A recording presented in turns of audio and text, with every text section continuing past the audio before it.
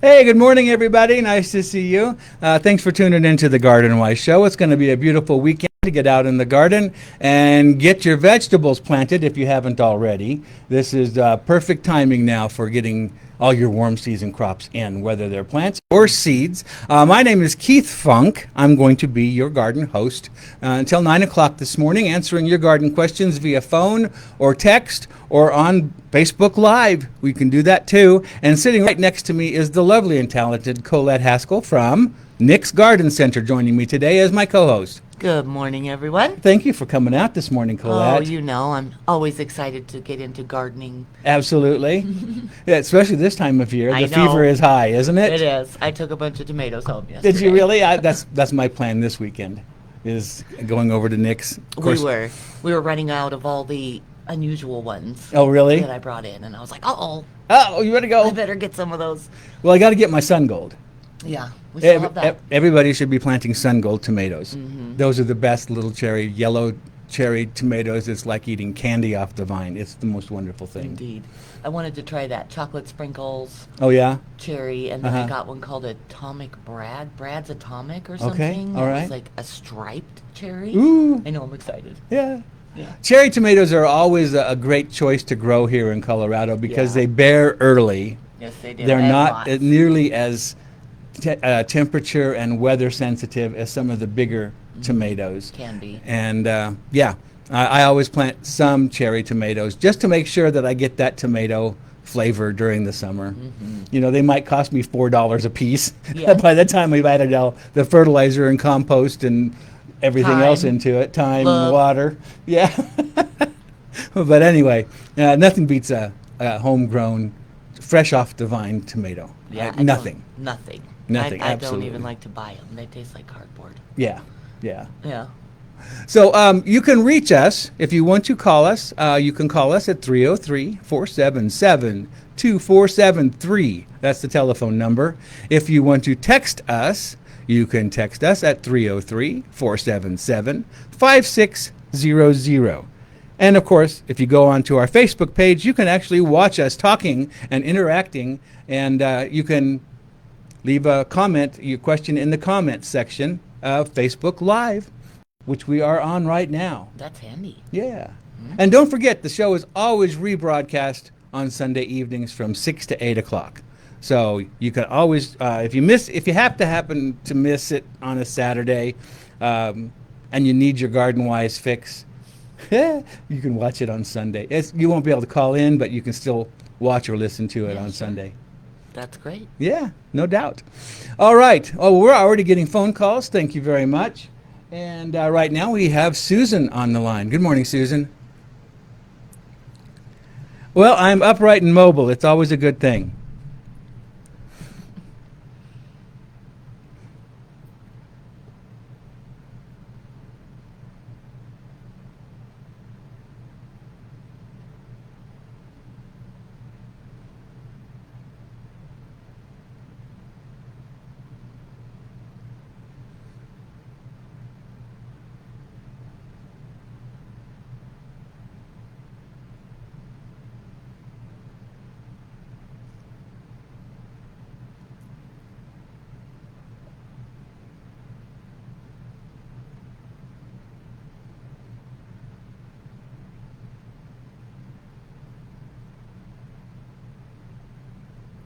Well, the first person I'm going to recommend is Sam with Twin Oaks Consulting, and he's very good at diagnosing issues with plants, whether it be cultural or disease or insect. And let me give you his telephone number. Is 720-263-2337. Now, I don't know how far out he'll go, or he might charge a travel fee, to do that. Okay. The second company I can recommend, if Sam is not available, is Bartlett, like the pear, Bartlett Tree Experts. And I don't have their number in front of me, but they'll come right up on Google.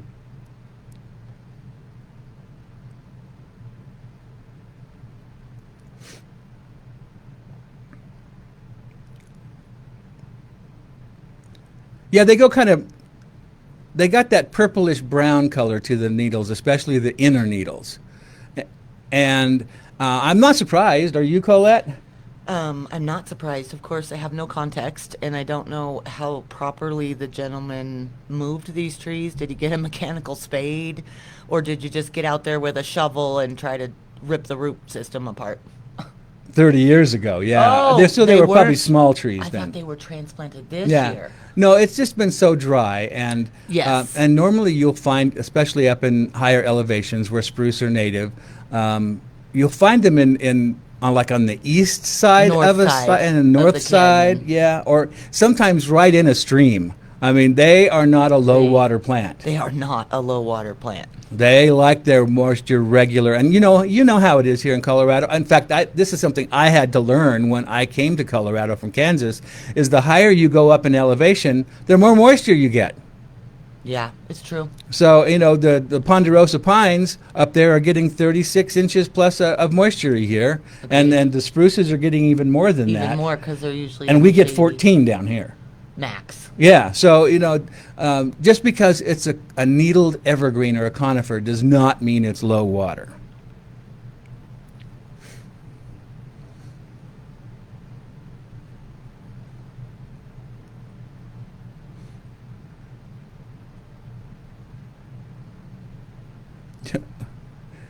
Well, I hope you can get out there and do some watering. But yeah, get somebody out there to take a look. They're also having problems with Ips beetle and mountain pine beetle up there. So that's the thing that concerns me, is that there might actually be other stress factors involved in the decline of this tree or these trees. Like, Ips Oh. beetles will, and they're turpentine here beetle, and yeah. they're with a vengeance. Yeah. I'm seeing them all over town. I wasn't seeing them much last year, but I am noticing them big time this year. Well, Sam was at my house, and he pointed out that my big pines are showing some Ips beetle Oh, heavens. on the bark, but the trees aren't a problem. Yeah, it can be from the drought. Well, or drought, whatever stress, stresses. any kind of stress. Yeah. Is just like people. Like trees are like people. If when we're stressed and we're not drinking enough water, we don't get enough vitamins, we don't get enough things, then we are susceptible to anything that's bothering humans, right? Colds, flus, COVID, whatever. Yeah. So trees are the same way. If they're stressed in any way, so maybe the trees had stress from November through March because no one was really watering them. If he goes in and treats for Ips beetle, that doesn't cure the stress that they Yeah. incurred. So yes, we could spray for Ips beetle and make sure that the additional stress of the Ips beetle isn't going to take the trees out. Yeah, exactly. But if you had already 6 months of stress that nobody ever addressed, then the trees may not be savable. And you know how evergreens are, because we use them for Christmas trees. You can cut them and they'll look great for a long time before they start showing any symptoms. Months. So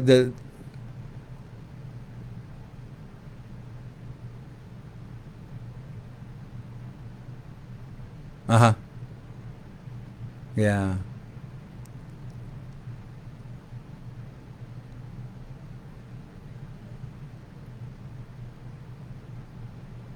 Yeah. Well, see, by the time you see those symptoms, It's the too damage late. is already done. On evergreens. Yeah, and you hope you can get them back. But the other thing that happens is when trees are stressed, whether it's spruce trees or pines or even deciduous trees, is they send out signals to other trees that, I'm being attacked by Ips beetle or something like that. Get your defenses ready. Well, that lets the Ips beetle know, hey, there's some stressed trees over here. Let's go take a look. So, Oh.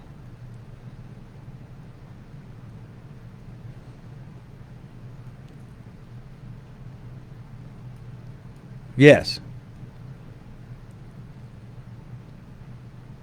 Yeah, I bet, Sam might be, up for a little drive up in the mountains. I'm sure it is, yeah.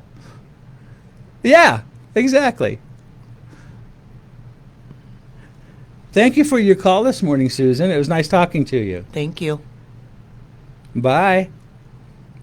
All righty. Well, we'll go right back out to the phone, and we've got Mark waiting to talk to us. Good morning, Mark. Good morning. Oh. Okay. Oh, yeah, we're looking at it.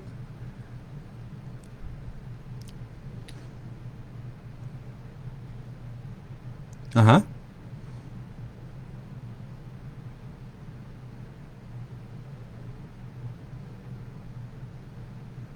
That's a seed pod. It is definitely a seed pod. I think they're fantastically whimsical, and I leave mine up. I do But too.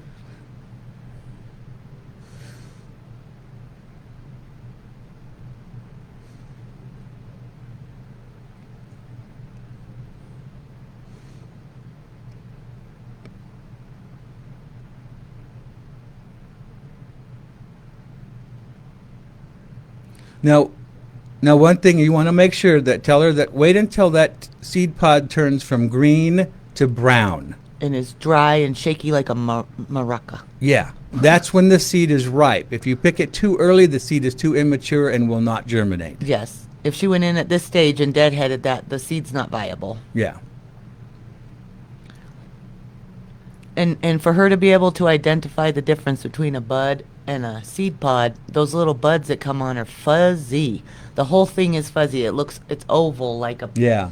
like a what kind of Like an fruit? egg. Like an egg. Yeah, exactly. Yes, exactly. Uh-huh. So that's the way to tell the difference.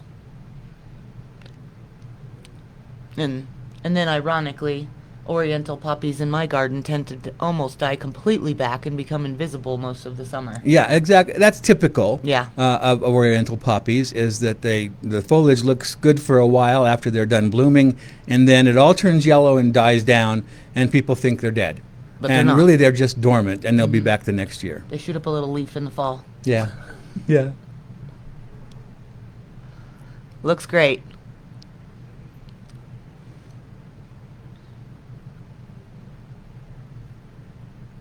Mm-hmm.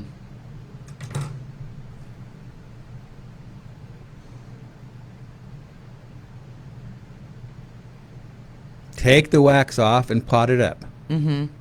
I do that too. I peel the wax off. Yeah. It just peels off. If it's too warm, it'll be mushy, but try to keep it like, if it's cool, it'll peel right off. Yeah. And then I take off some of that extra skin. There's a lot of mold a lot of times. Yeah. Dry. On that sheath or whatever that's Yeah. around. Uh-huh. And then I pot it into potting mix. They like a really light, fluffy potting mix. They don't like a heavy potting mix. So look for something like the Fertilome Ultimate Potting Soil or the Pro Mix. Those are really good for amaryllis.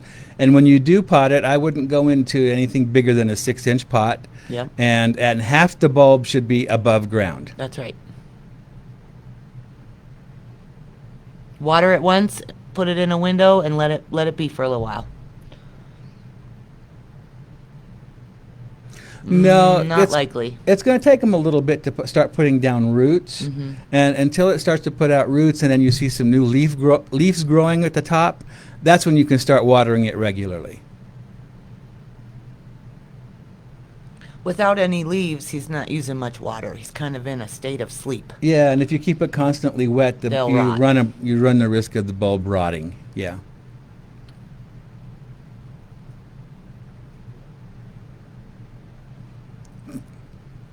Well, thank you for your call this morning, Mark. You have a great weekend. All right. Well, it's time for us to take our first break of the day. And yeah, we've got lots to talk about. I've got a whole list of things. There's a Water Garden Society sale coming up, and what you should be planting right now, especially in the vegetable garden. So stick tuned, get yourself a nice fresh cup of coffee, and lean back and put your feet up and enjoy the rest of the Garden Wise Show. We'll be back in just a few minutes here on Legends 810.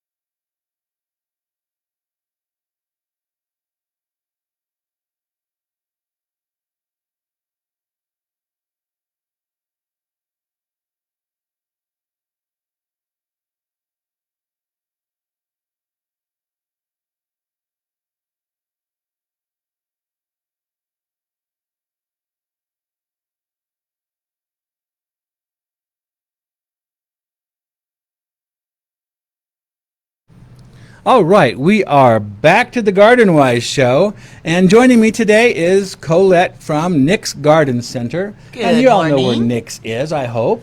Oh, yes. Well, Nick's is out there on Iliff and Chambers. yeah, there you go, Iliff and Chambers, just 2 blocks north north. of Iliff a little bit there. On Chambers. Yeah, easy to get West to. side of the road.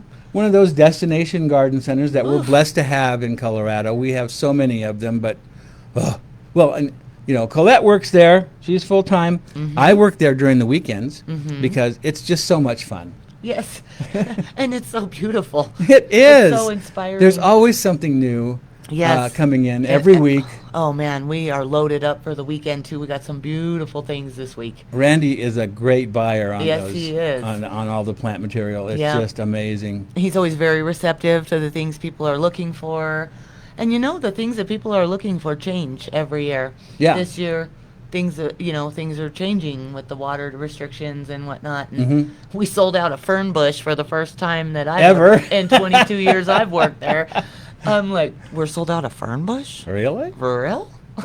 And dwarf rabbit brush? Dwarf rabbit brush? Yeah. But everybody is trying to be wiser and be not only to save yourself money on the water bill, but to just generally be more sustainable. Like For the future. I think people really, really are receptive to when they come in. They say, "I want a Colorado scape." When I look at Colorado, I want my yard to be reflective and complementary to Colorado, not contrasting with 50 hydrangeas and Yeah. things that are going to cost me a lot of money to grow and a lot of headache and a lot of fertilizer and a lot of things. Yeah. You know, they're like, I like things that might be Colorado scape, you know. And less maintenance and less care. Well, and they're good for the ecosystem. Exactly. They've evolved with all the animals and things that we have here. But we do need to remind people, regardless of what you're planting, I don't care how xeric it is. Everything green needs water. Everything, especially newly planted stuff. Yeah. It takes them a year or 2 or 3 to become established and Yeah. drought tolerant. The frequency is what needs to be acknowledged. Yes. Like, not the people go, oh, I'm gonna have to put a bunch of water on a new plant this year. Not a bunch, just more frequently. Just pay attention more frequently. Like, it's not gonna need to be drowned. It just needs you to check on it 3 or 4 times a week because it's in a 5-inch pot, Yeah. 4-inch pot, Or even the 5-gallon even pot. a gallon. you Yeah, know. even 5-gallon shrubs. They'll need to be checked on a regular basis until they root in and Yeah. get established. And until then, they are not drought tolerant. Right. So you They- really got to watch that. You can't just plant it and walk away. Oh, and we get that. Yeah. You know. So keep that in mind. You can use your finger and always check the original root ball. That's right. not That's just that's around where it. it's going to dry out the first because that's where all the roots are original initially. Exactly. So you want to check that original root ball. When it starts to feel dry, a couple of inches down into it, then give it a really good soak, Yep. which may, like for a 5-gallon pot, may be a couple of gallons of water. Yeah. So my hose gives off 5 gallons in 1 minute. I've checked it. I put I put a bucket there, and I wanted to see. Yeah. So five gallons is a lot of water. Uh-huh. You know, honestly. Yeah. So 1 minute, you stand there with a hose for 1 minute, seems like an eternity. Yeah. Well, that may not work for you because if you're putting water down that fast, it may start running off after 10 or 15 seconds and Right. you think you've done your job. And no, it's just that the soil can't absorb the water that Yes. fast. So you go water something else, come back to the first one, Yeah. give it a few more seconds, go back to the other one, multiply. Plant 4 or 5 water-wise shrubs, Yeah. and then go back and forth between them. Yeah, exactly. And that way, and you can hand water any day of the week. You can. The restrictions do not apply to hand watering, Yeah, other than because- they say they don't want you to do it between 10 and 6. But that's logical. Yeah, you're going to And probably be at work. I think the reason they do that is because people have no patience to stand out there and hand water, so they Yeah. don't think people are going to overwater things. They're like, That's okay, true. I'm done. Yeah. Oh, But good. just be aware that when you are hand watering, you're putting water down very quickly in a small square footage. And so the soil can only absorb the water so fast depending on what kind of soil you have. Sandier soil Yep. absorbs it pretty quickly. But even my soil, I have a very sandy soil in certain areas, and if I hold a hose on one spot for even 5 to 10 seconds, it starts to run off. Exactly. And as soon as I take the water away, it soaks right in, and then I have to come back to it. Because you want to make sure you get a nice, Saturate. good, deep watering to encourage those roots to grow down and not frequent shallow waterings, because that's going to train your plant to say, oh, I just need to put roots up at the surface. I don't Yeah. need to have deep roots, because roots will not grow through dry soil looking for water. They don't do that. Not I really. read that all the time. You People know, think they do. yeah. Oh, there 5 feet away. There's some water. I can tell. I'm going to grow through all this 5 feet of dry soil to get to that water. No, that doesn't happen. No, it really doesn't. So, just more frequently, if you've planted new, it's like even with the dog tough grass. Yeah. Like people want this dog tough grass. It's a Bermuda grass. It's super xeric. It's from Africa. It's a great lawn replacement. The whole entire state's out of buffalo grass. I don't know if you know. No. Yeah, we're out. The whole region is out of buffalo grass from all the lawn conversions. There's Oh, my goodness. No buffalo grass seed to be had in the region.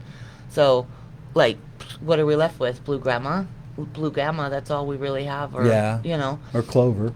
Why would you do clover? It I needs don't know. 40 inches of rain. I don't understand this whole clover fetish that people are going through right now. It's Well, the city of Aurora will not even issue you a permit for clover. And Good. you have to get a Good. permit to sow lawn. yeah. And they're only letting you do mixtures, and they are absolutely laughing at you if you say you want to do a clover lawn. So, 40 inches of rainwater annually as a needed. For clover. Yeah. And plus, if you have kids or pets, clover blooms with these little white flowers all summer long that It doesn't attract like bees. traffic. And it attracts bees. So your kids can't play there. Your dogs can't play there. Yeah. So and it doesn't like traffic anyway. It doesn't like traffic. So clover, So- just a ridiculous But thing. like, I said to people, like, if you don't kill your lawn first, if you had a bluegrass lawn and you're trying to convert to dog tough, you have to kill the bluegrass lawn. You can't just leave your bluegrass lawn alive But you don't have to take it out. and plug in the African grass because of the frequency that you need to water those plugs the size Yeah. of your pinky. Uh-huh. Your bluegrass lawn is going to be competitive with it. Exactly. So you have to remove the bluegrass lawn. Like dig it, kill No, it. leave it. Oh, I Leave don't it. know. Kill it, leave it, and it acts as a mulch. Kill it with Roundup? With Roundup, Okay, yeah. okay. Kill the grass with Roundup. You don't have to dig it up. You don't have to That strip I it. agree with. And it'll prevent weeds That's good. because it'll cover the It's got a little soil. thatchy. Yeah. And that thatch that's left is going to act as a mulch to hold the moisture in, and you can just plug right through it. Now you can take your lawnmower after it's dead, before you plant, and take it down to its lowest setting. Sure. So that it's not tall. But I highly recommend leaving the dead grass there and plugging into it. Well, I'll be honest, Keith. Most of the people that want to do a lawn conversion, when I tell them herbicide is your best friend in this situation, and I am a hippie. I Yeah. do not like herbicide. I do not promote it on No. a general. This is a one-time use. You would use it one time. It's not like a farmer that goes out every week and puts herbicide on Well, his exactly, crops. exactly.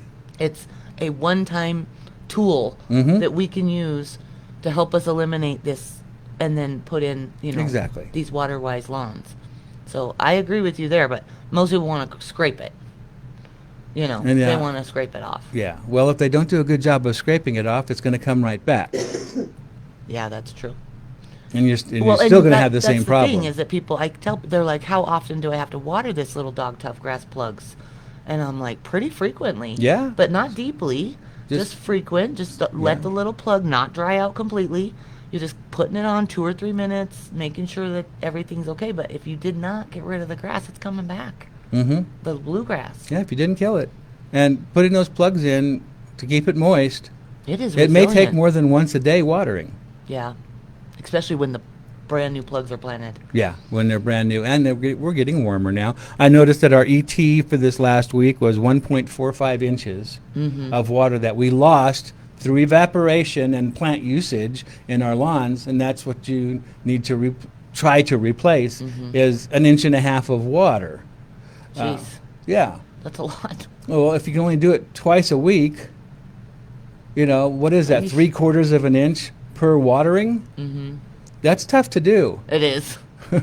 I mean, that's honestly, like, remember when we got deluge flooded and it was only 1 inch of rain? Yeah. That's a lot. It is a lot. So you may have to go to cycle watering, which is, putting Soak. down 20 minutes and then go to a different zone 20 minutes, a different zone 20, and then go back to the first zone Cycle another 20 soak. minutes and cycle soak it. But don't do one in the morning and one in the evening. Do it all at once. That's a good idea. Yeah. So it's not nearly as effective if you split them up to morning and evening, because by the time evening comes around, a lot of what you put down in the morning has already evaporated. Well, and in the heat of summer, I feel clients think that cooling their grass off at night is helpful. So they want to run their little sprinkler system at night because they think it's going to cool the grass off because they're hot and it was a hot day. Yeah. But honestly, like the majority of people who come in with fungus in their lawn are telling me they're watering at night.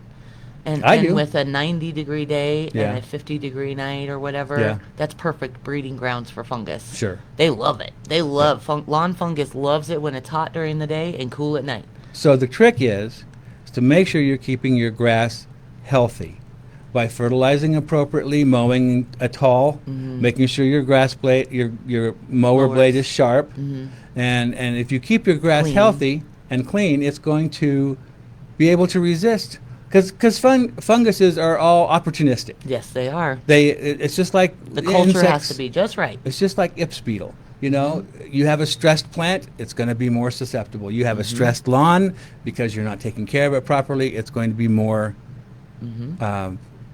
disease prone. Yes. Agreed.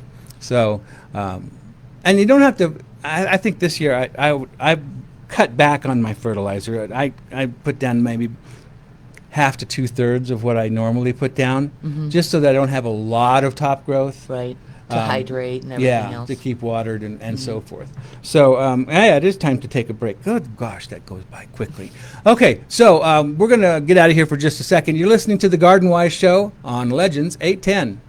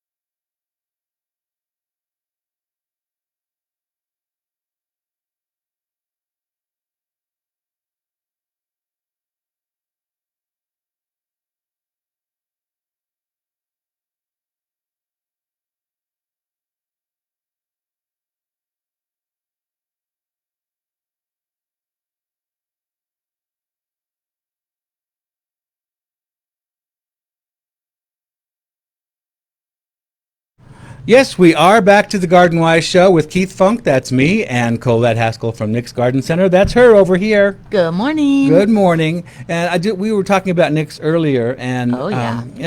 all the garden centers are stocked to the gills right now. Beautiful. Yes, the nicest, freshest stuff you can get during the year. And we have some nice coupons on our newsletter. Well, I was just going to say that. Yep, if nicksgardencenter.com. Uh-huh.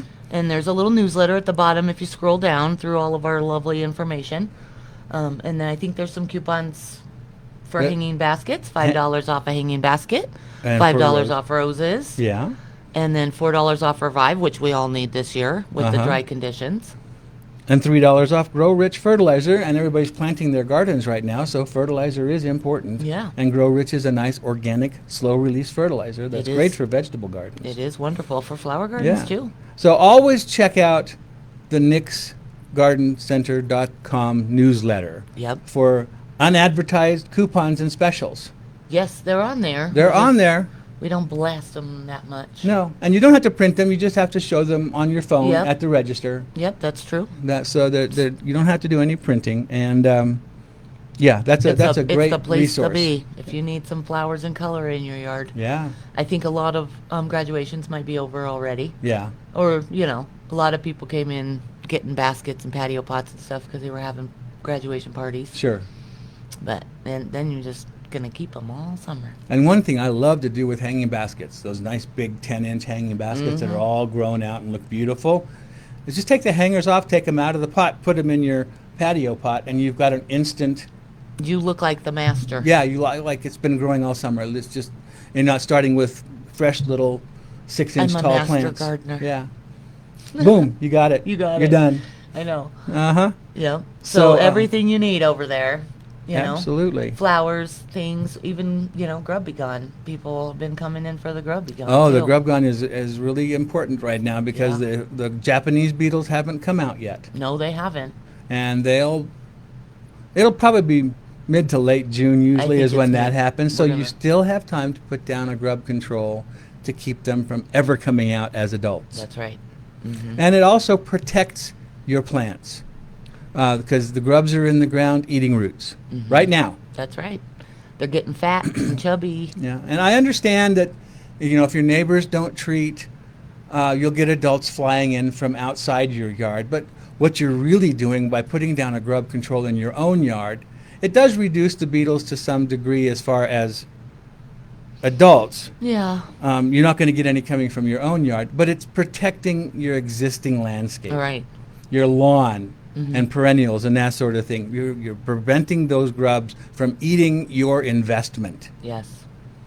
So Sure. that's why it's really important to put down a grub control. And Grub Gone is organic. It's very, very specific to scarab beetles. So it doesn't kill all life in the soil like so many of the chemical grub killers. They're non-selective. They just kill everything. And all the good stuff, all the bad stuff. all the good stuff. And there's a lot of good stuff There's to keep lot a of healthy good stuff. soil. In soil. Agreed. So using the Grub Gone, you're just killing the scarab beetle type grubs, which are the Japanese beetle type beetles. Doesn't hurt ladybugs or butterflies or earthworms or any of those other kids or pets or birds or anything. Not that we have fireflies, but Yeah. So that's something to look at right now, is Yeah. getting that grub gone down. And it lasts about 4 months once you put it into the soil. And I thought it kind of colonized in the soil. It's not a living product. It's an No. enzyme. Oh, Okay, so the grub eats it, and then it disrupts their digestive system. yeah. Yeah, so it's not a living organism, which means it lasts longer in the bag and once you apply it. I thought all bacillus were living. No, this is a byproduct of bacillus. Oh, So, yeah. interesting. But if we can all do that and we all work together, I really believe if we can keep putting this stuff down, we'll minimize how many actually emerge. Yep, If all of us are doing it. yep, and it's not going to hurt anything. No. All right. Let's see. Sunrise today was at 5:34. Sunset is going to be at 8:20. So that means our day length is 14 hours and 46 minutes. Wow. Nice, That's huh? the longest day yet. Yeah. Well, coming up to the 21st is the longest day of the year. 1.45 inches of water lost through evapotranspiration or ET. I felt it. You felt it? I had to put more lotion on. We're talking about you put lotion on Just your in lawn. general, we're just dry. So dry. Yeah, no doubt. Okay. So let's get back to the text messages here. Yes. And what we've got going on. Maybe let's the see. easy ones first. Well, the bottom one here Is our oldest one. is the oldest one here, and it's and I'm going to paraphrase. This person lives in an old part of Denver, and they have a weedy lawn, and they wants to replace it with a ground cover. Some areas of it are flat with trees, and other areas are sloped down to the sidewalk. You know, like those old areas of Denver. Yeah, it's a very common trick. And there. what this person wants to do is to get rid of the lawn and plant ground covers. And what's the best way of going about doing that, getting rid of the grass and weeds? And Colette and I were talking about it during the break, and you know, the picture that was sent, it looks like there was cardboard covering the slope. And I guess that's one way to do it. If you're super patient. If you're super patient and your neighbors don't mind what it looks like, because it's going to take a long time to kill all the grass and weeds with cardboard. You would not believe the resilience of weeds. Yes, exactly. And yeah, especially on that sloping area, you know, I know people will put down cardboard and then put mulch right on top of it and plant through it, but you can't do that on slope. Not on the that mulch slope. will just It's slide gonna roll down onto the sidewalk. Yeah, it'll just slide right down that cardboard. What we came up with, we feel, and you know, I'm better living through chemistry guy. Colette is much more organic. I am. Much more organic than I am. We both feel like using a non-selective herbicide like Roundup, or It's a tool. I prefer Super Killzone myself. There you go. I mean, I just think it's a tool that we don't utilize as a tool. Like We take antibiotics when we have a bacterial infection. I don't like antibiotics. They make me feel like crap. Yeah. You know, and they do things to your body that, you know, you shouldn't, you typically don't want. But to get rid of that bacterial problem, you do this. I have to do it. Yeah. Right? So, yeah, it's hard to recommend herbicides for me, but I think a non-selective is one of the only ways to go on a slope like that. You're going to have to kill that stuff. It's just going to be so persistent. yes.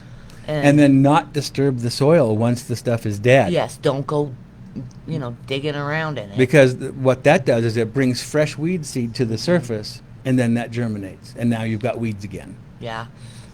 I mean, you might consider having someone come in and build you a retaining wall. I've seen a lot of successful rocky, cool retaining walls in those homes with that same look that have that super big slope to the sidewalk. Yeah. And they look lovely, and you can do a lot of native plants in like a rock wall or like a retaining wall, and then have that be flatter near the sidewalk and have like, you know, sedum or ice plants or something there. And it's much easier to water because the water's not going to want to run off of it. Yeah. So retaining wall is like the structural answer to help get rid of that, but I think you'd have to herbicide it out. Yeah. And if you're going to plant ground covers, you can't use a weed fabric, because ground covers want to root in as they're growing out, and that fabric's going to be in its way. Right. And there are a lot of really great ground covers. I see in the picture you probably have a lot of shade. It's probably pretty shady most of the day with the big trees there and the big trees on the other side.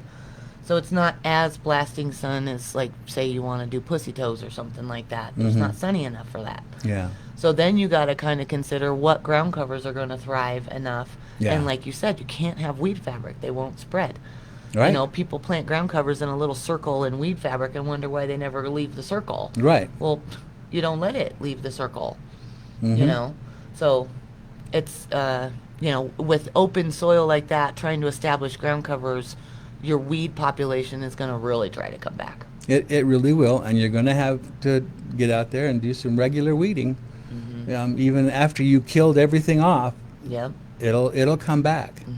They recommend 2 rounds. Yeah. You know, like let it sit for 7 to 12 days and then do another round. 7, 12 days, and then you should be good. Yeah. But again, disturbing the soil is going to set you back. Yeah. And everybody wants to, you know, go in and rototill and throw in compost and all that sort of thing. Oh, heavens.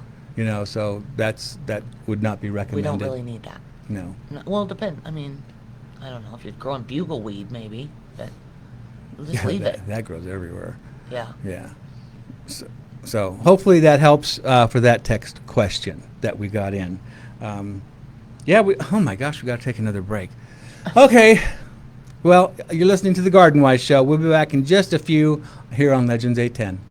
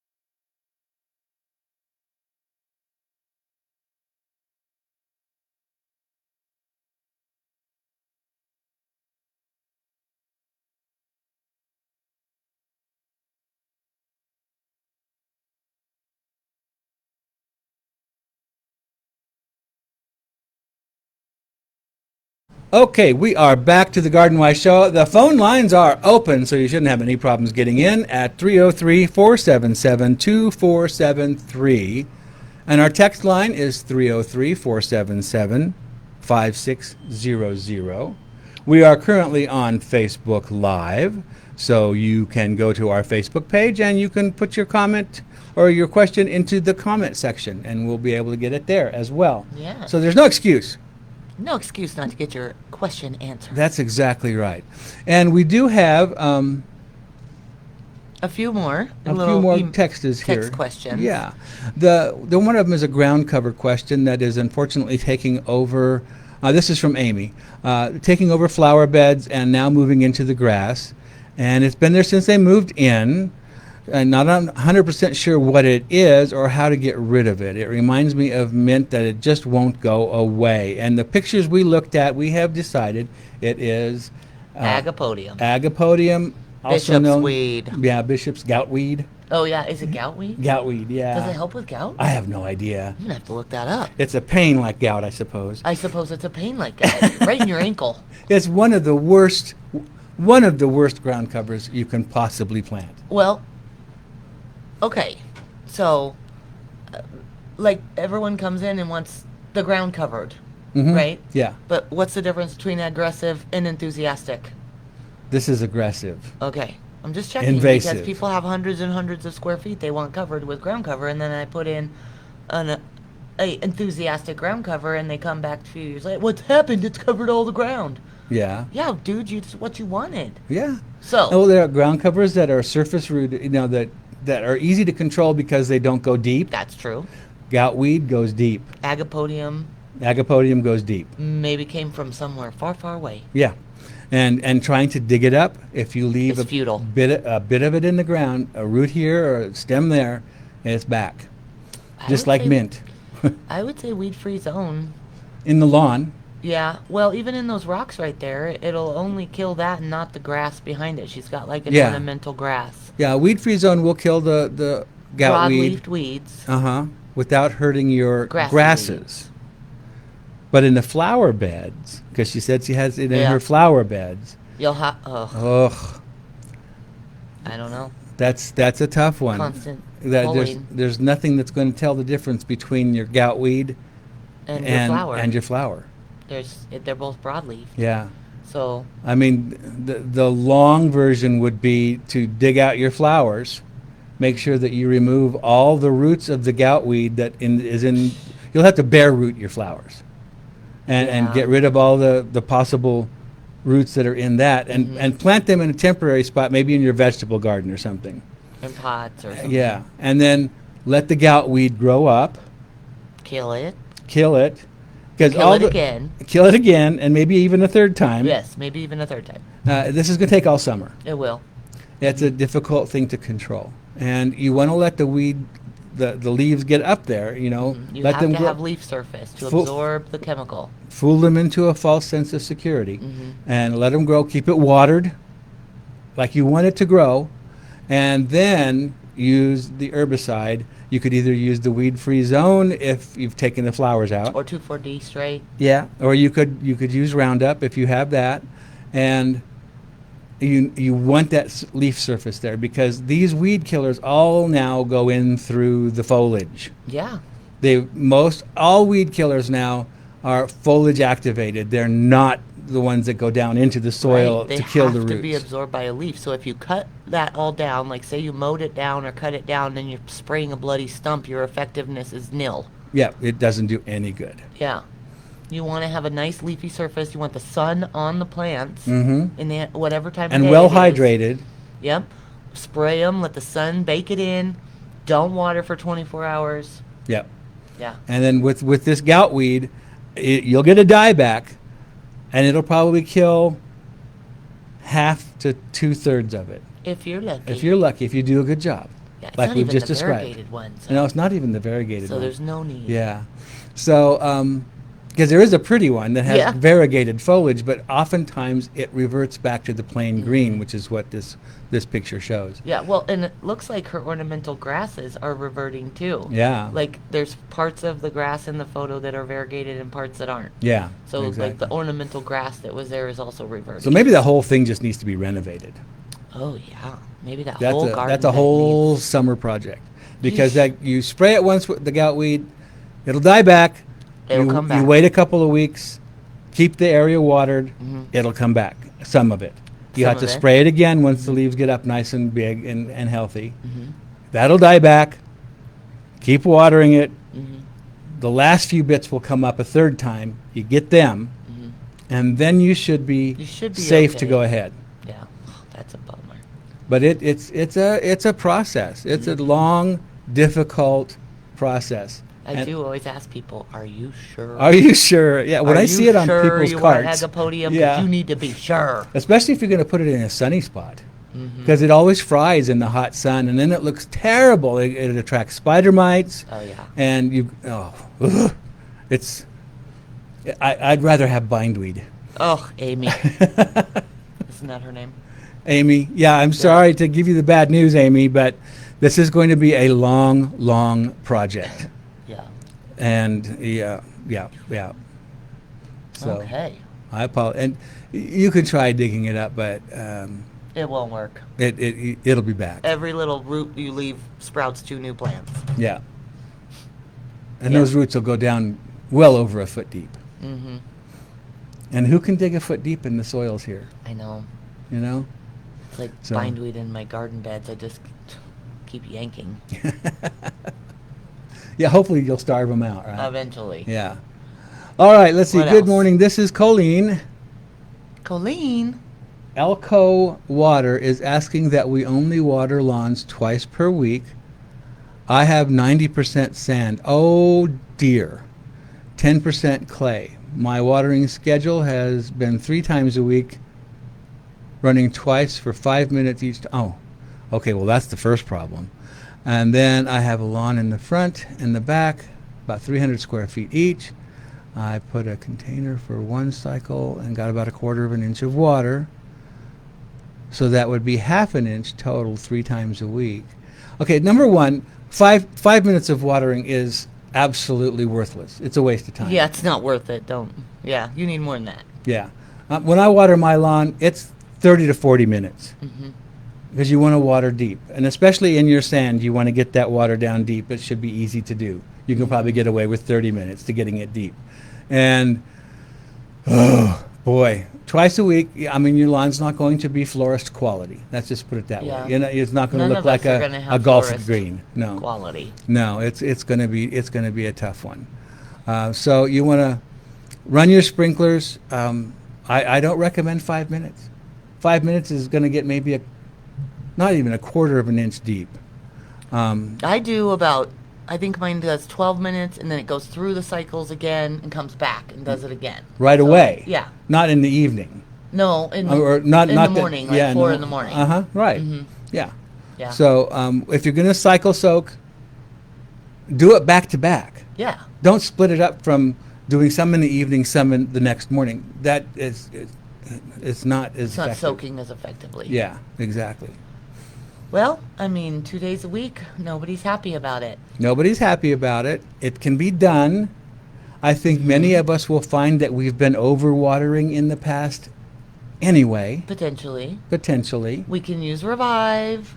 Revive is You an know, excellent tool to use to help get the Absolutely. water into the I- soil. I've been using Revive for years, liquid and granular. Yeah. I put the liquid where it's really hot spots and I get really fried. Mhm. And then I, use the granular just as like a good food. Any place that you have compaction, like along driveways and sidewalks where people are walking Yeah. on the soil Yeah. and compacting the soil, that's a great place to use the Revive, especially the liquid, Yeah. because it makes water wetter so that it actually will absorb into the soil more quickly. It's like, Or if you've got a sloping area, exactly. that's a great place to use Revive, either the granules or the liquid, to get the water into the soil Yeah. rather than running off. Yeah. It's going to be an interesting year. I think. is. In all my gardening years, I've never had 2 days. I don't think any of us have. I hate to compare it to COVID, because I know people died, but we learned things. We learned what we can do in a situation like that, in a stressful situation, and we are going to learn from this as well. Are We you will saying some learn. lawns are going to die? I'm going to say that maybe some plants will die that probably shouldn't be here. Yeah, that's But, true. I don't have much hope for my rhododendron. Yeah. I mean, don't get me on my soapbox Yeah. because I'll go crazy about bluegrass. Yeah. So. Don't get me going because we shouldn't have it here in the first place. What are we, castles? We kings? We all kings in these castles? We need these worthless expanses of lawn around our castle? I know, right? Right. It's like a moat.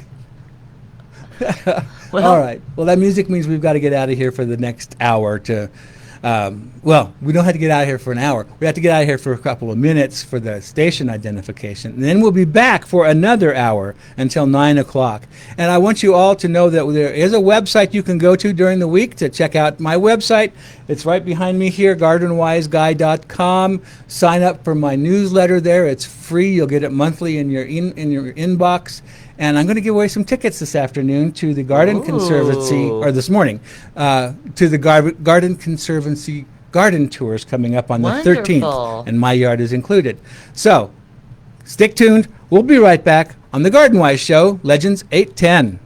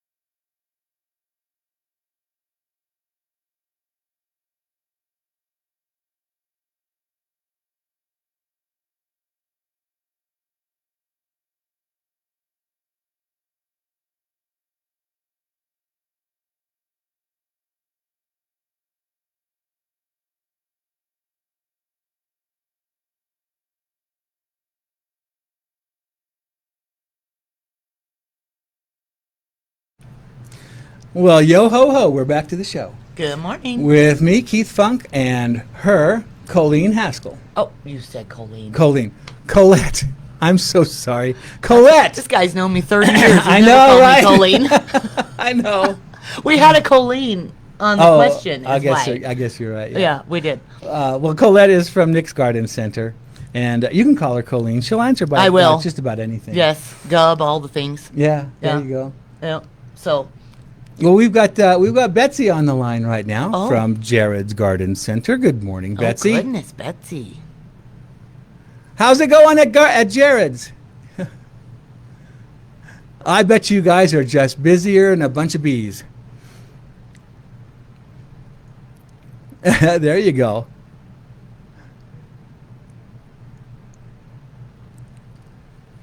Uh-huh.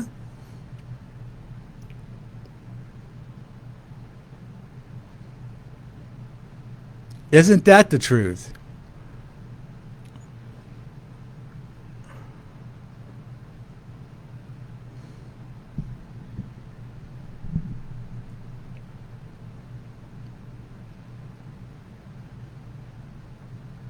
That's right.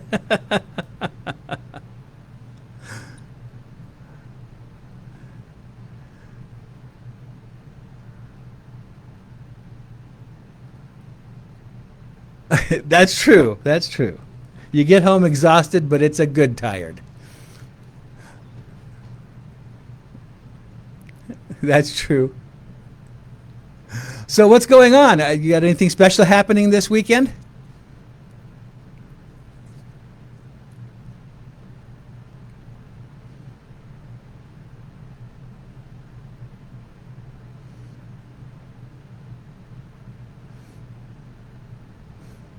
Inspiring. Isn't that the truth? Yeah.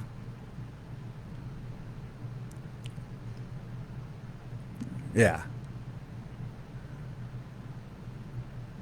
Uh-huh. Yeah, I was at a friend's house the other day, and she showed me where she planted her cucumbers, and there were like 10 cucumbers within the space of a 4-inch pot.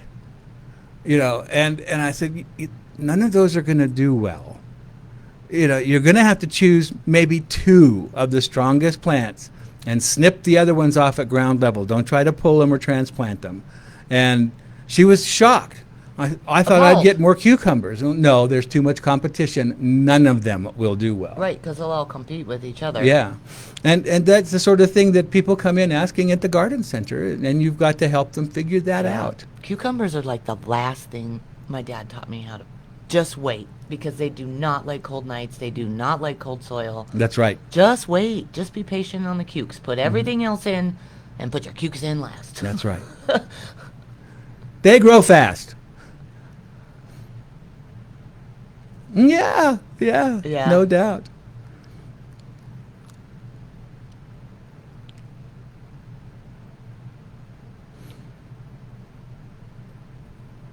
That's what you do every day.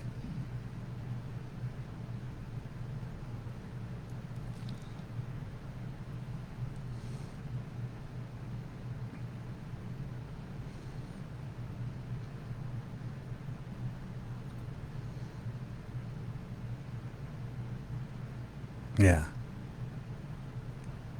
Well, I've told this story before. Growing up as the oldest of 5 children, and my parents were the first generation off the farm, gardening was not in their vocabulary at all. All my brothers and sisters were jocks, and I was a plant nerd since I was a small child. And now all of my brothers and sisters are growing gardens, potted flowers, feeding the birds, everything I did when I was a kid, and they looked at me like I was some kind of weirdo. So Yeah. I think it's a stage of life. Well, I think that people just thrive for connection with nature. I think they really enjoy connection with natural things. Yeah. And so, being a teacher myself, I think the most rewarding part is when I help people understand how to garden easily and how to not fight nature. And then they come back years later and show me how good it's going. Yes. And that's like the most rewarding. It is. The teacher part of it. They're helping people be successful with what they're doing. And they're enjoying it. Yeah. And they're not like frustrated. I don't want to do this gardening crap anymore. Yeah. You know, like if we can help them be successful, then they not only they learn, but they really connect and they really have an enjoyable experience. And that's where the independent garden centers come in really handy, is your best source of accurate information and well cared for plants. Other places that we won't mention, you have no idea how those plants were taken care of before you bought them. Well, and they give kind of bad advice sometimes. Well, they could have been stacking hammers yesterday, you Yeah. know? So, Well, like every day, someone comes in and says, "Why didn't my jasmine come back?" The guy said it would come back. yeah, Of course he did. of course. What, my hibiscus died. Anyway, Betsy, tell everybody where Jared's nursery is located.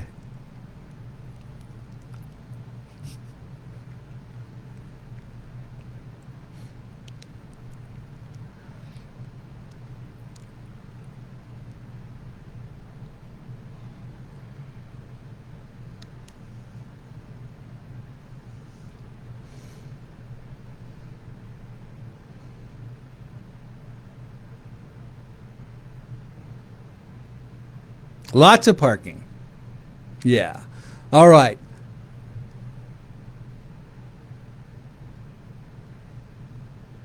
Uh-huh.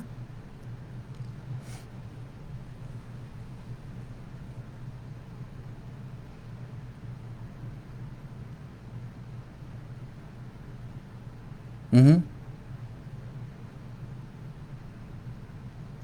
Well, we're at We're 2 on days. 2 days here. And only for 30. Oh, dear.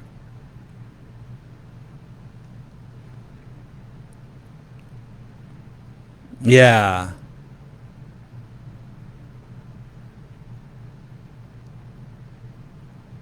Not putting enough water down.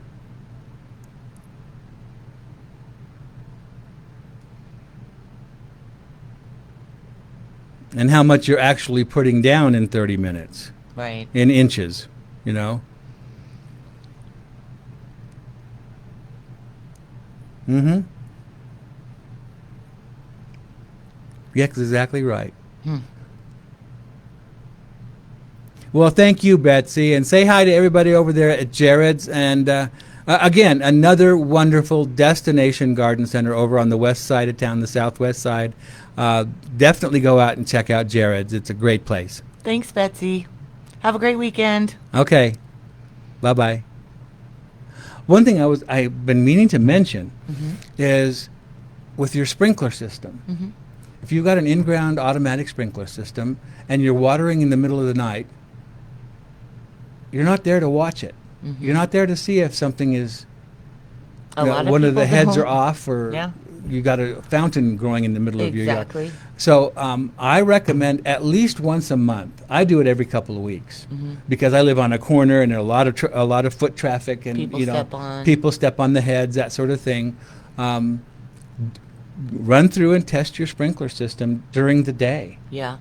I mean, the City of Aurora Water Conservation is actually offering in-home consultations to see how inefficient your irrigation systems Yeah. are. She said 90% of them need adjustment. Yeah, and But I they had didn't mine. even know.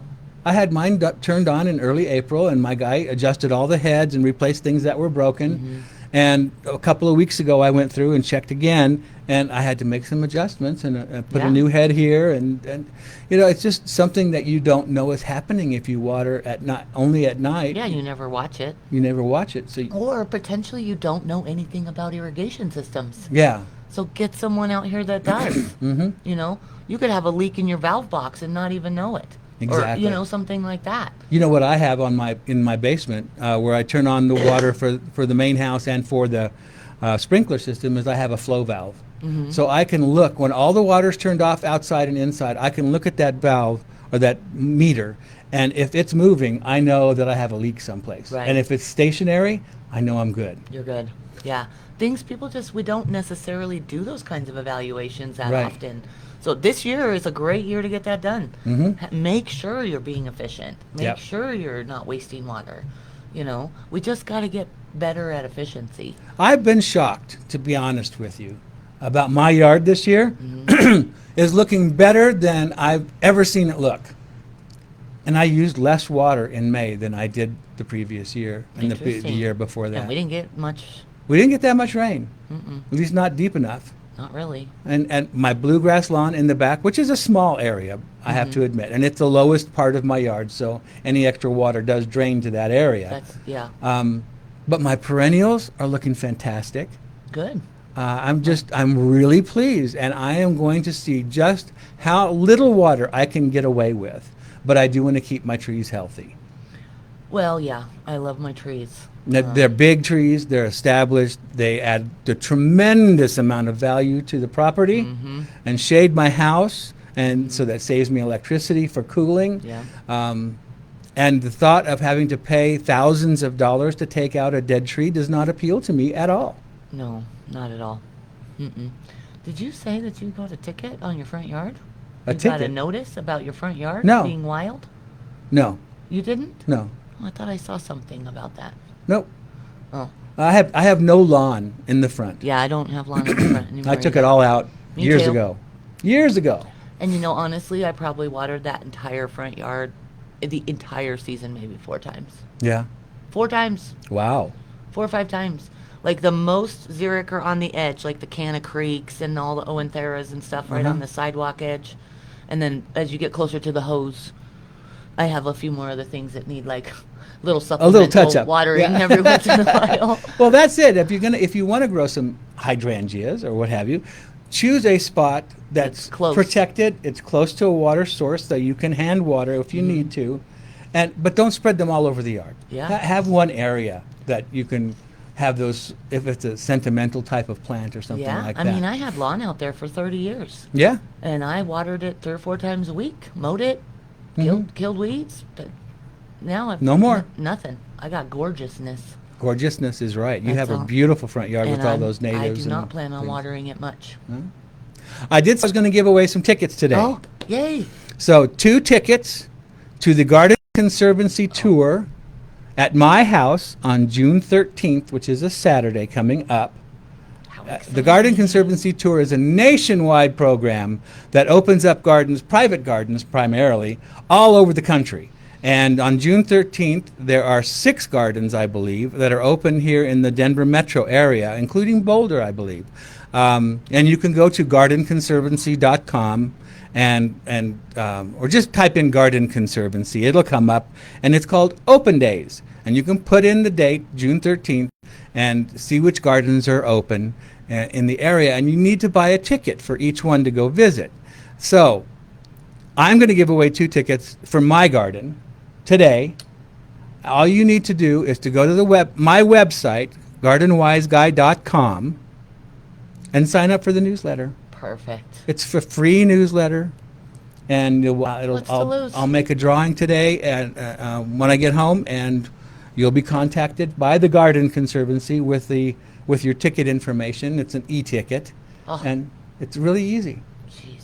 So I'm going for sign it. up today. Go to gardenwiseguy.com, which is my website, and sign up for the free newsletter, and you'll be entered into the drawing for 2 free tickets to my garden. Who could want anything more? That's right.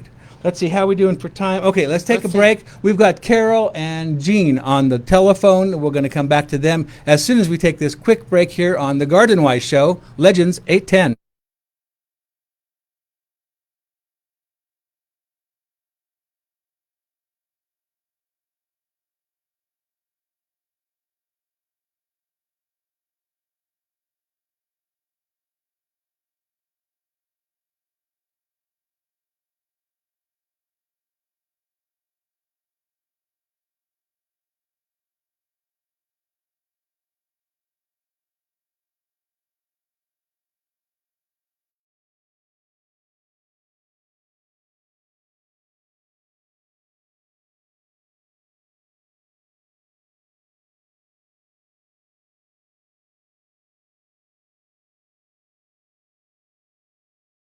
Broadleaf plants, which is what Virginia creeper is. It is not a grass, so 2,4-D is something we would use like to help with that. You can get Roundup or 2,4-D. Both will work, wouldn't you think? Yeah, I would think so. Yeah. So you're going to have to be as persistent as the guy is. So maybe several times, once a week. Yeah. Yeah. The thing about 2,4-D is it's a growth accelerator. So when you spray it on, suddenly you'll see that plant grow even faster, and before And it then dies. Whereas if you do something like Roundup, it's you'll see death within a day or two. A few days, yeah. Yeah.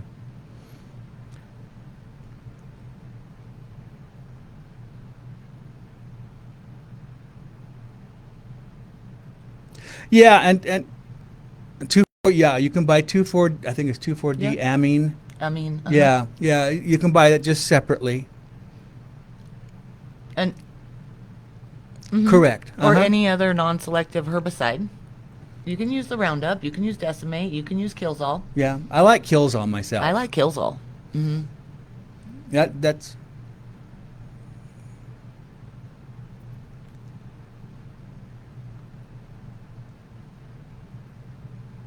yes. Yes.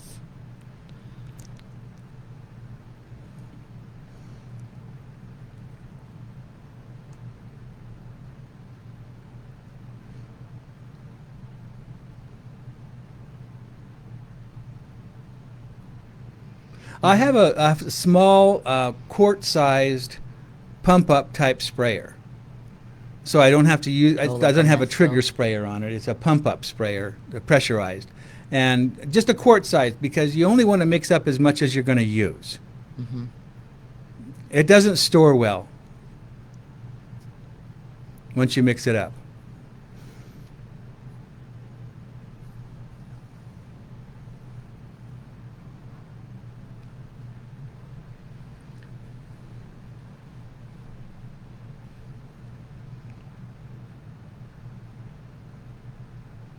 That would be the weed-free zone.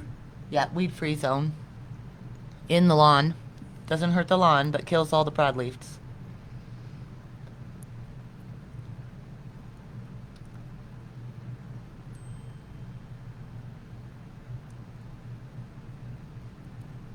Yes, mainly because there are as that weed killer dries onto the thistle, some of the fumes evaporate and can affect nearby plants. That are also broadleafed. So in your case, what I would use is something that does not contain any 2,4-D. That's where the Killzall would come in handy. Is if you can just spray the thistle itself and not get the spray on any of the other surrounding leaves, it does not produce those sort of fumes. Interesting.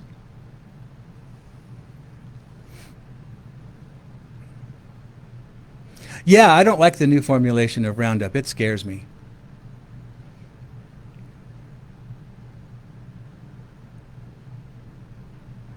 It's no longer glyphosate, and it is a mixture of three other chemicals that, in my opinion, it's just my opinion, Are scary. are scary.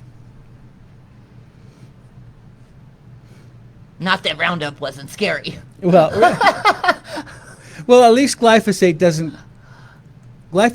go into the soil, Yeah, that's right. Yeah, that's right. and used properly and responsibly is perfectly safe to use.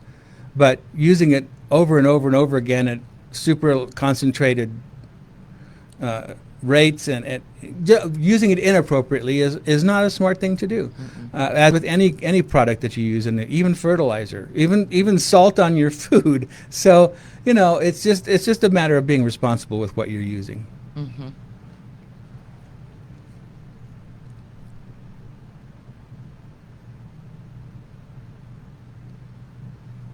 The hose end? No, it doesn't. Yeah, yeah, with a trigger. Yeah. Yeah, I typically recommend going with the concentrate, buying the concentrate, because if you read the instructions, it tells you, well, if you're spraying this weed, you want to mix this amount per gallon. If Right. you're spraying a tough to kill weed like bindweed or thistle or clover, it thick. you mix it a little bit stronger. Uh-huh. And with the ready to use, it's just one rate, and it's at the weakest rate.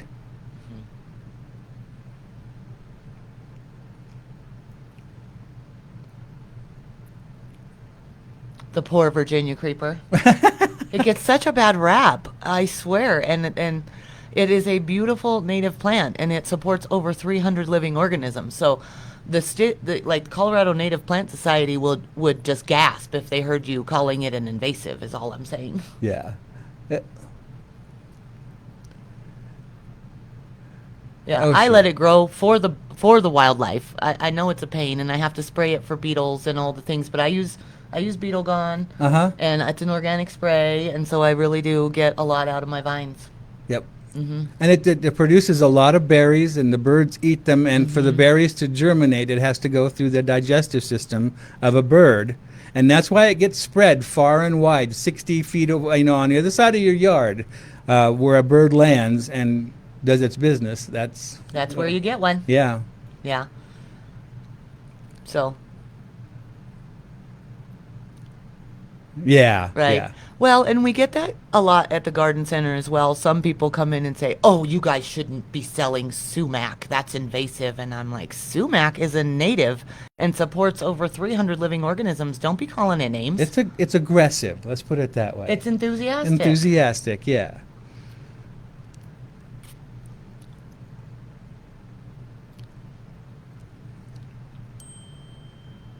Yeah, there you go.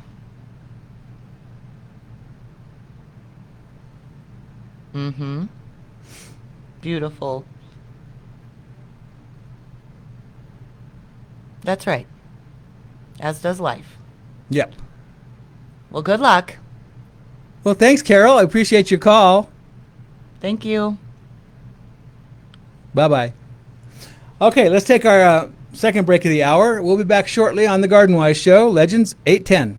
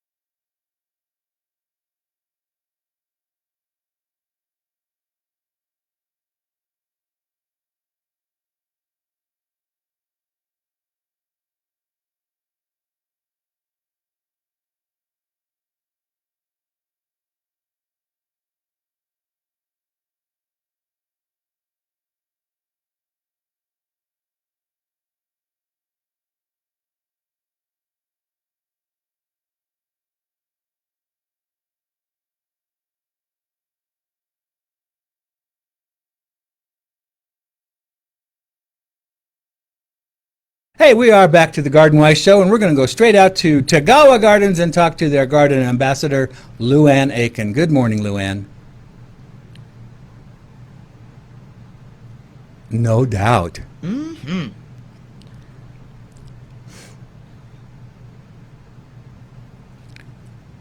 Yeah. I agree. Yeah, absolutely.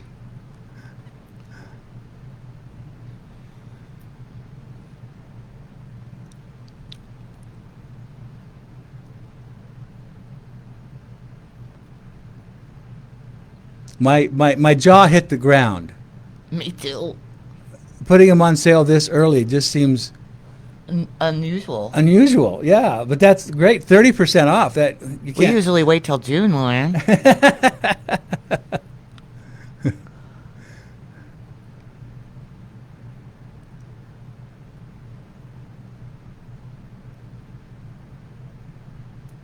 Yeah.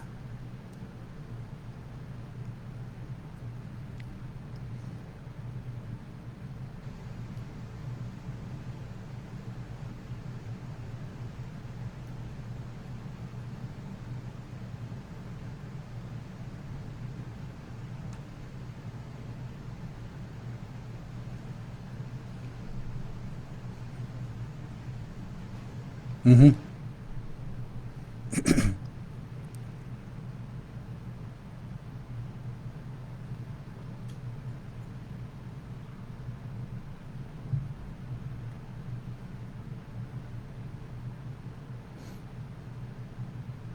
Mm-hmm. They are having a.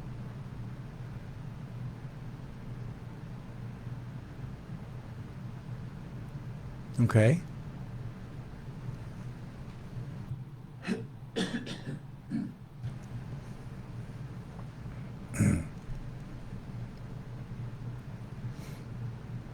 Yeah.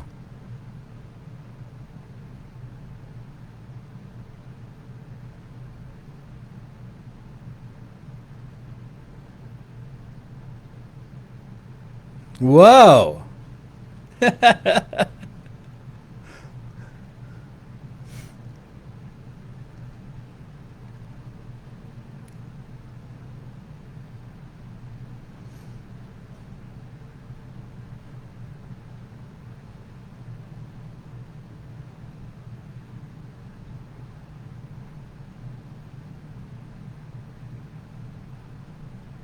Yeah.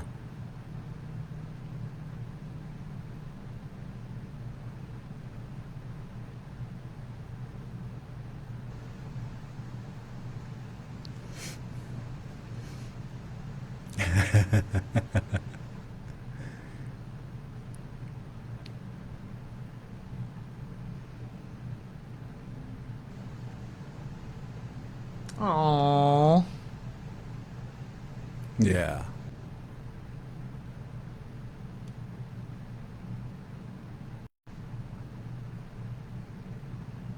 Yeah.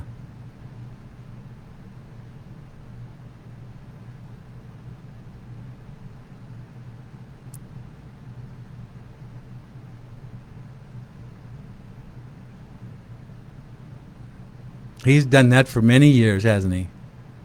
Yeah.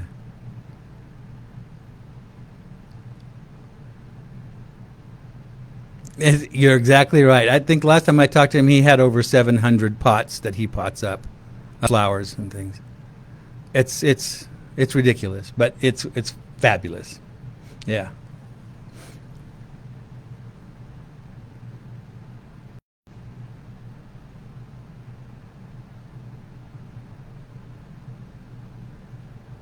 Yeah. Until next year.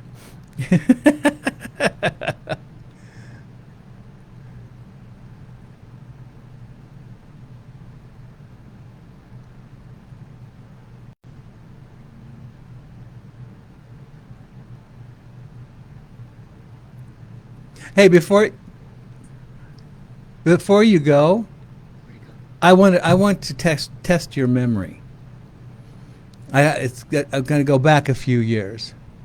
Um, remember the program that the Garden Centers of Colorado put out years ago, the X program? Uh-huh. The The single X-rated? X, yeah, the The X-rated, single X-rated? X, double X, and triple X I love rated. that. And it referred to, like the triple X was the most drought tolerant, Yeah, it's like chocolate flour. yeah. I wish they'd bring that back. I thought that was such a clever idea. Oh, and I thought That it was was the Denver Garden Centers. Water. No, Oh, it was was it Colorado? Garden Centers of Colorado put that together. Oh, MJ was part of that. I love that little pamphlet. Yeah, it was a fabulous program, and I wish it would come back. I don't know why it ever disappeared.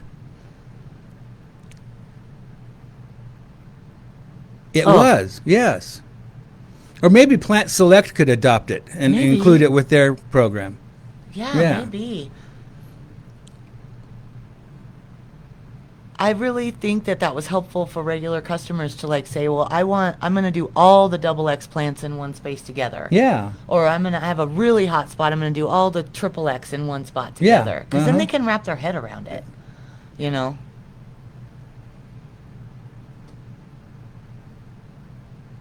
Yeah. Mm-hmm. Requirements. Exactly. Who knows? Thanks, Beth. Well, thank you, Luann. Bye-bye. Thanks, Luann. All right, we're going to take our last break of the hour, and then we'll be coming back and answering more garden questions here. And I have an announcement about the Colorado Water Garden Society plant sale that's coming up. You'll want to know about that. And yeah, get yourself a fresh cup of coffee or make a fresh pot of coffee. And sit back for the last part of the Garden Wise show here on Legends 810.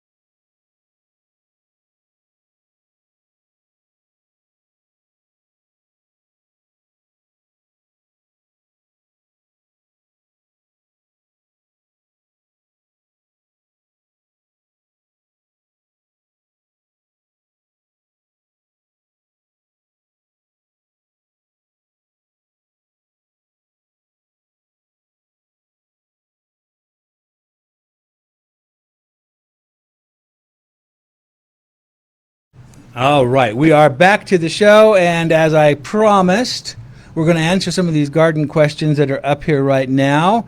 And I wanted to tell you that the Colorado Water Garden Society is having their annual aquatic plant sale on Sunday, June 7th.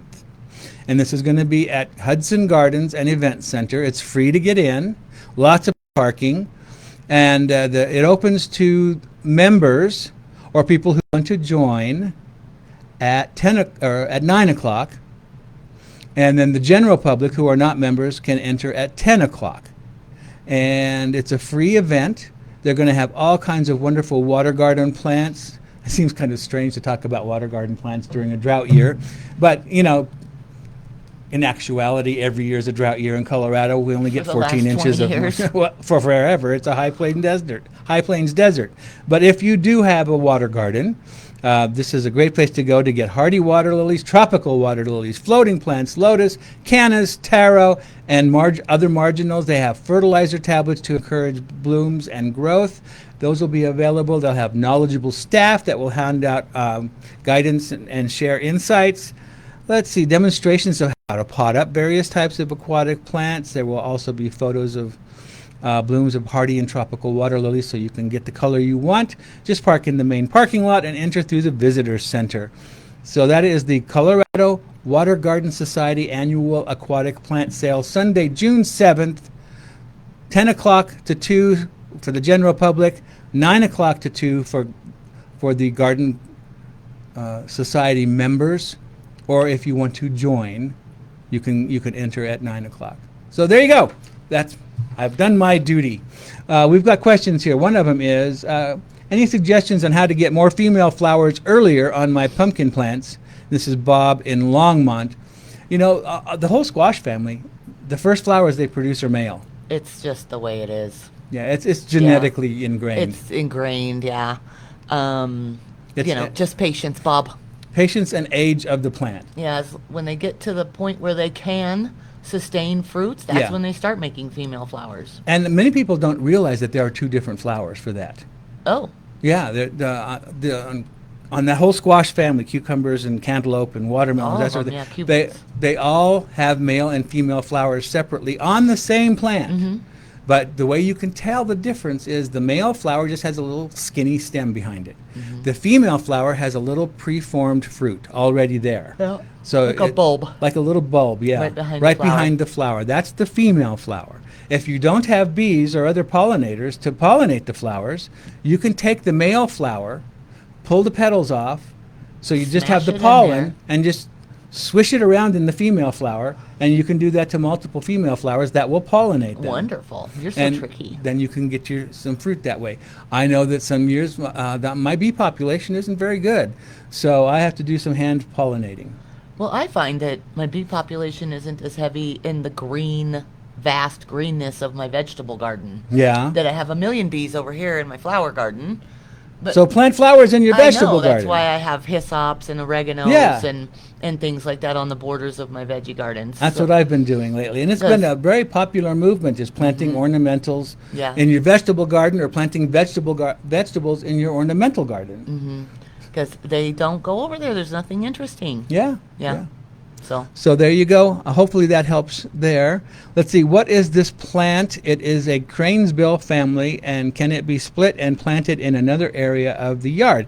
And the picture that we saw was of a gorgeous perennial geranium. Absolutely stunning. Full bloom, full round fluffiness. Don't touch it. If you want to lift it and split it, you do that in the early spring, as soon as you start to see any new growth appearing. Yeah, March, April. Yeah, but you want to get it while it's still small. Yeah. And then you can lift it and separate it into multiple plants. As long as each piece has some roots and a growing point, you're good to go. With something like a geranium, it's probably best to dig the whole thing out. Yes. And then chop it into pieces and put one piece back, give one piece over there, one piece over there. Exactly. And a lot of times those geraniums, I've dug up one called Roseanne to split it, and it just kind of falls apart into its own divisions. It really does. You don't have to do any cutting. It just kind of falls apart. Yeah. And that makes them really easy to divide and move around. That's true. But now is not the good time. Now is not the time. No.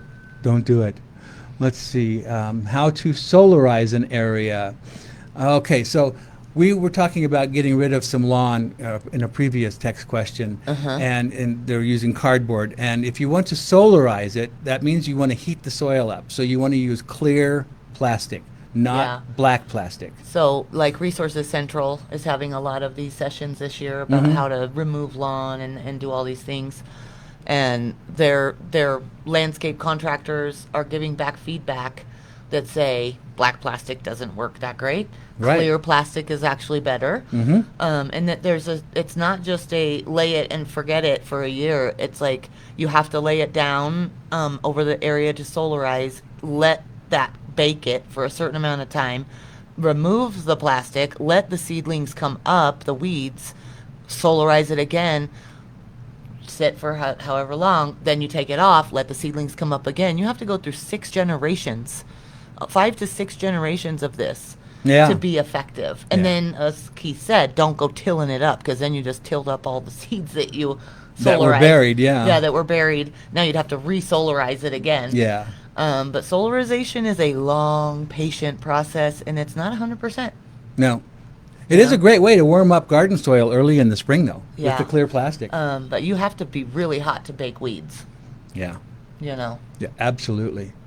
Let's see. My husband and I are hose draggers, and we are considering an in-ground sprinkler system. Would you have any recommendations for knowledgeable, reliable, affordable companies to consider? And this was Janice in Denver. Smitty's Smitty's sprinklers. Smitty's sprinklers. They're fantastic. They've been around for a long time. Yep. Yep. Old man Smitty started it in the 80s or early Yeah. 80s, I think.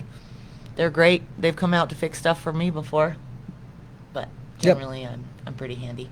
Now be prepared. They're probably pretty booked up at this time of year. Oh yeah, they probably are pretty booked, and everybody's panicking.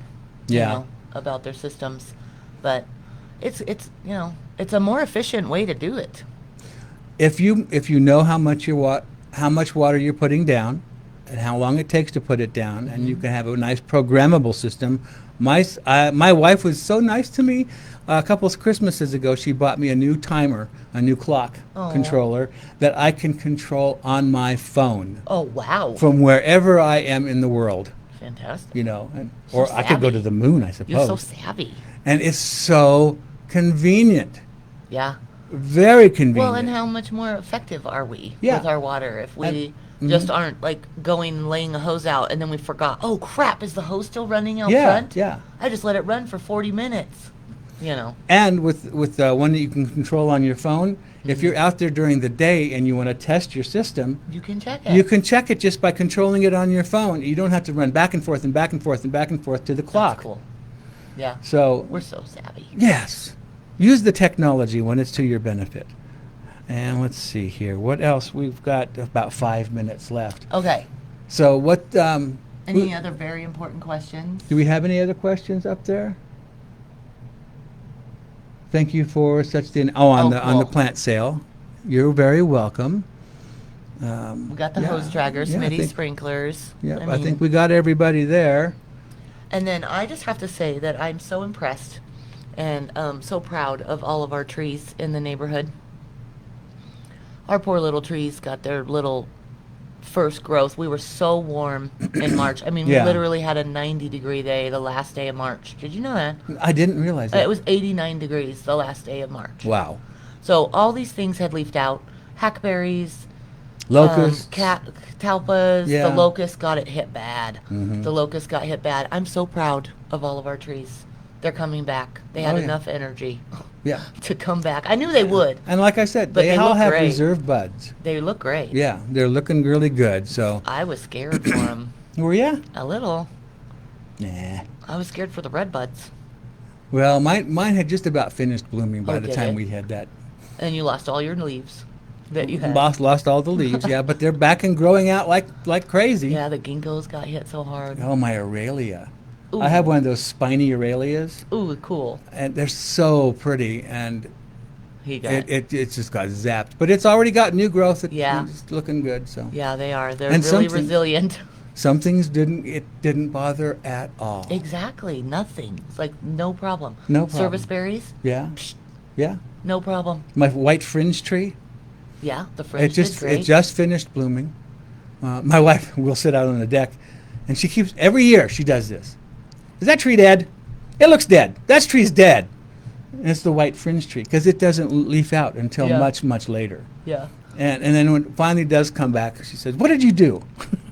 So yeah, I have this catalpa that I planted for my son when I was pregnant with him. He's 25 now, but he looks out at his tree every spring and goes, "Is the catalpa dead?" I'm like, "No, honey, it's just late. It's smart." Yeah. Are you sure? That catalpa looks dead. There's no leaves, and everything else has leaves. Yeah. Rose of Sharon is another one. Yeah, very late. One of the latest things to Uh-huh. to emerge in the spring with leaves. So easy way to tell on these things is just to take your thumbnail and scratch the bark Scratch. a little bit, and if it's green underneath, Little scratch test. there's hope in the future. That's right. Absolutely. So let's see here. It's time to go ahead and get your tomatoes, your peppers, your cucumbers, your squash, all that stuff. It's okay to put it in now. Yeah, and you can buy starters at Nick's if you like. Uh-huh. Or you still got plenty of time to do cucumber seed. Yeah, direct sow pumpkin your seeds, some squash seeds, zucchini. Yeah, beans. just sow them directly in the ground. Yeah. Just plant 2 or 3 seeds per location, and then thin it out to only 1 or 2 plants at the most. Not 10? Right Not there? 10.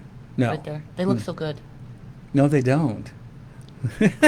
But I always recommend people get their pepper plants and, tomato plants by this time. Don't Yeah. try to do seeds. And plant things a little farther apart this year than Yeah. you have in the past.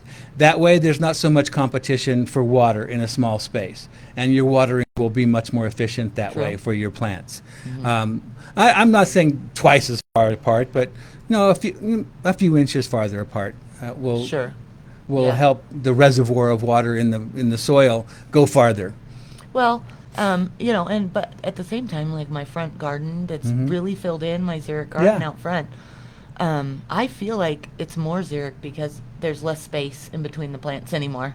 Yeah? Like the It rock covers the isn't ground. hot heating up Yeah. as much, and I've got really good ground. I get like 0 weeds anymore.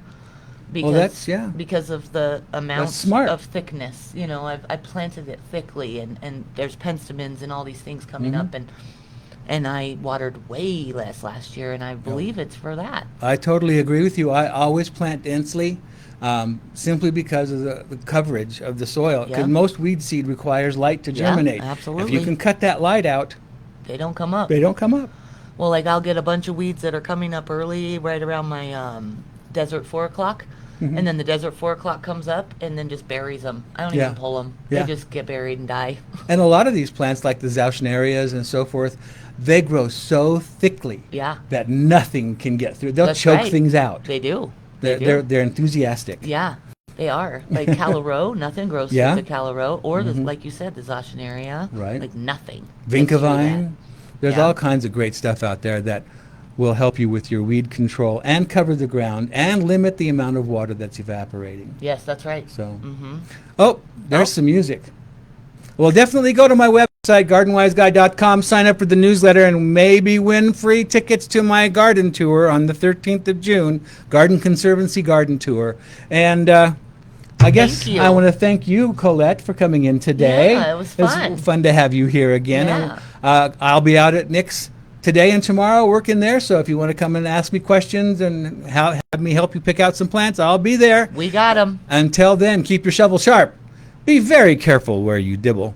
And as always, have fun out in the garden. Until we see you next Saturday, have a great week. Bye-bye. Thank you.